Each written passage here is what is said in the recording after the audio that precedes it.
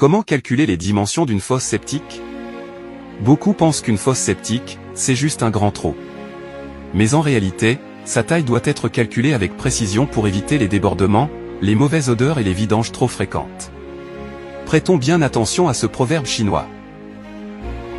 工欲善其事，必先利其器. Ce qui veut dire, pour bien faire son travail, il faut d'abord préparer ses outils. Voici une méthode simple, claire et professionnelle. 1. Estimer le volume d'eau usée par jour. Tout commence par le calcul du volume d'eau que le ménage rejette chaque jour. On multiplie le nombre de personnes, P, par la consommation moyenne d'eau, Q, souvent comprise entre 100 et 200 litres par jour et par personne. La formule de base est A égale à P fois petit q.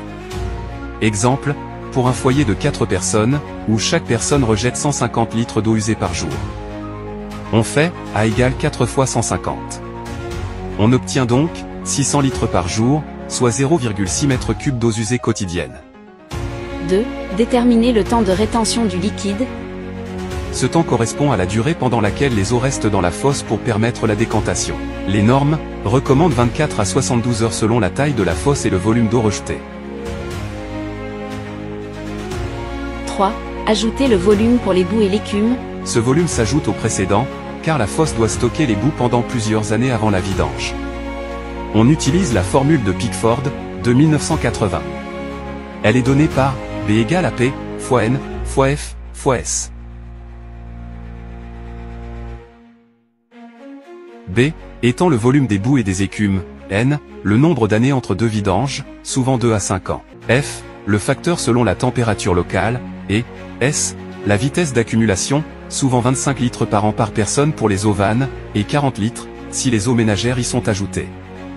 Exemple, pour un foyer de 4 personnes, avec une vidange tous les 3 ans et des eaux ménagères, on fait B égale à 4 fois 3 fois 40. Le facteur F vaut 1 ici, pour une température normale.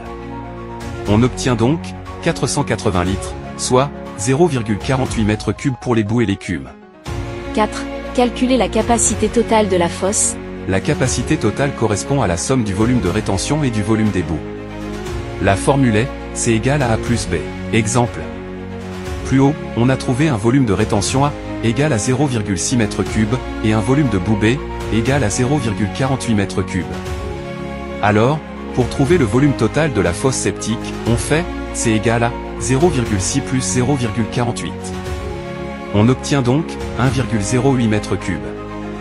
C'est le volume de notre fosse septique. 5. Déterminer les dimensions réelles. Une fois le volume total connu, il faut le transformer en dimensions concrètes et équilibrées.